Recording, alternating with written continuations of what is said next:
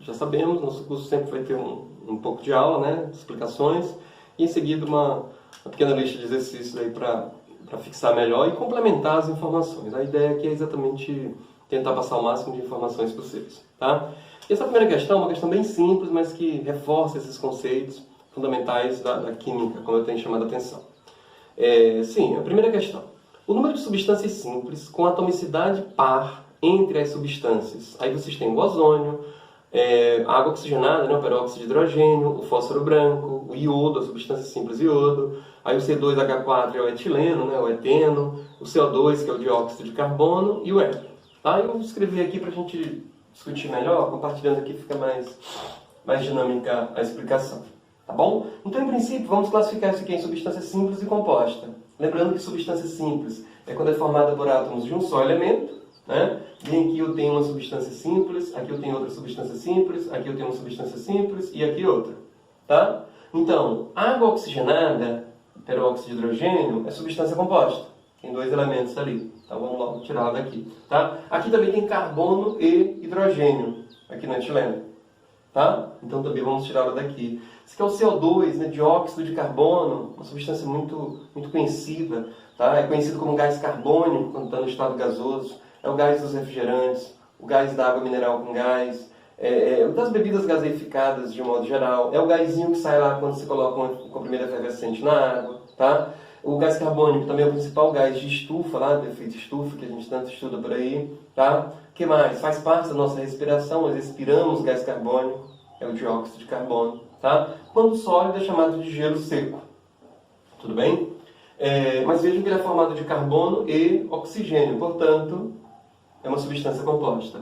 Então, quais as substâncias simples que nós temos aqui? O ozônio, o fósforo branco, o iodo e o hélio. Lembrando que o hélio é um gás nobre. Os gases nobres são substâncias simples, monatômicas. Tá? O índice aqui seria 1. É como se tivesse um 1zinho aqui. Como se tivesse, não. Tem ali subentendido.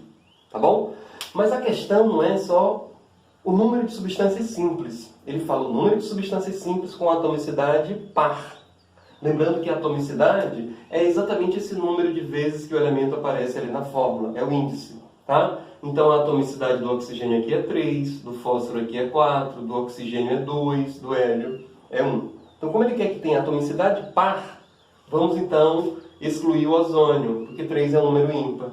Vamos excluir o hélio, porque 1 é um número ímpar. Então, aqui, das substâncias simples que têm atomicidade par, nós temos apenas o fósforo branco e o iodo. Portanto, a resposta aí, 2. Apenas duas, né, que são o fósforo branco e o iodo. Portanto, a resposta aí está na letra D. Tudo bem?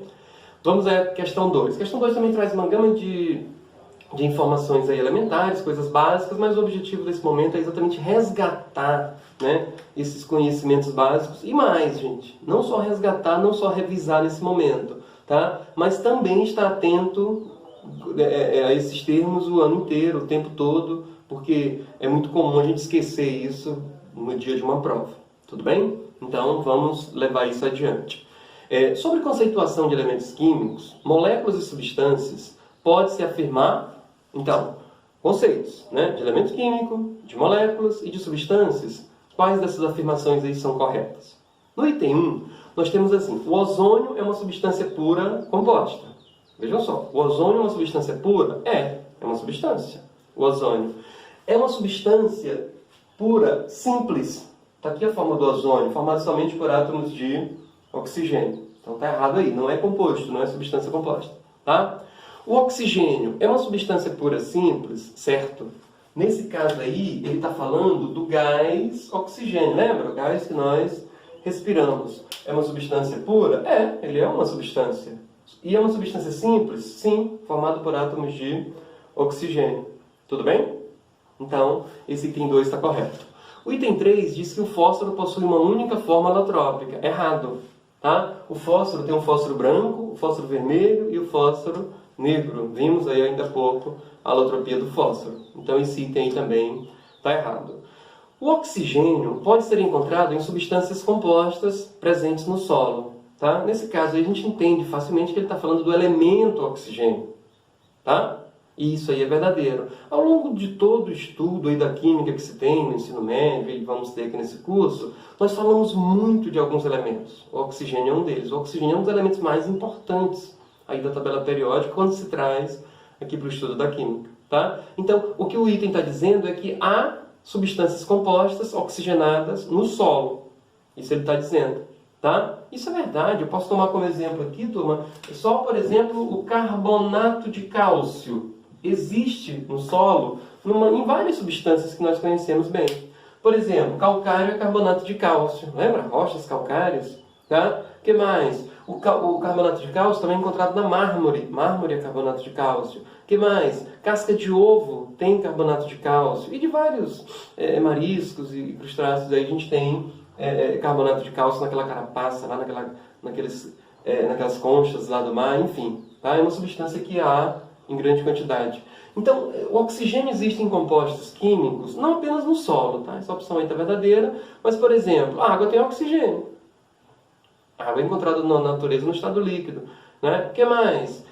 Gás carbônico é um gás, tem oxigênio. O próprio gás é oxigênio na atmosfera. Tá? Então, o oxigênio é encontrado na natureza em substâncias nos 3 estados de agregação.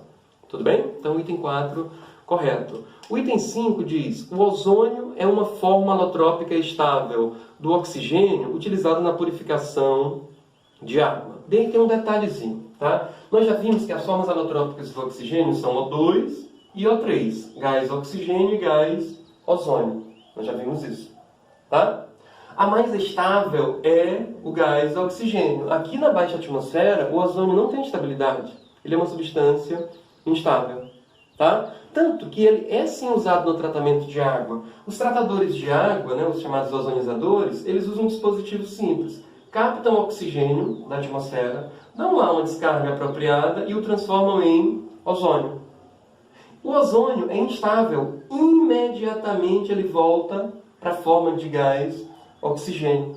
Tá? Só que, pelo pequeno intervalo de tempo que ele existiu ali, foi o suficiente para ele acabar com os micro-organismos. Por isso que ele é usado no tratamento de água. É nessa etapa de desinfecção. É como agente antimicrobiano.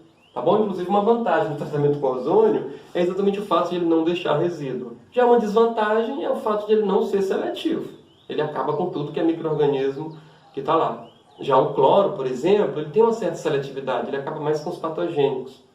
Tudo bem? Mas tem a desvantagem de deixar resíduo na água. Então, um breve comentário aí, né, sobre o tratamento microbiológico de água. Embora lá na frente, em outros momentos, a gente vai falar bastante de tratamento de água.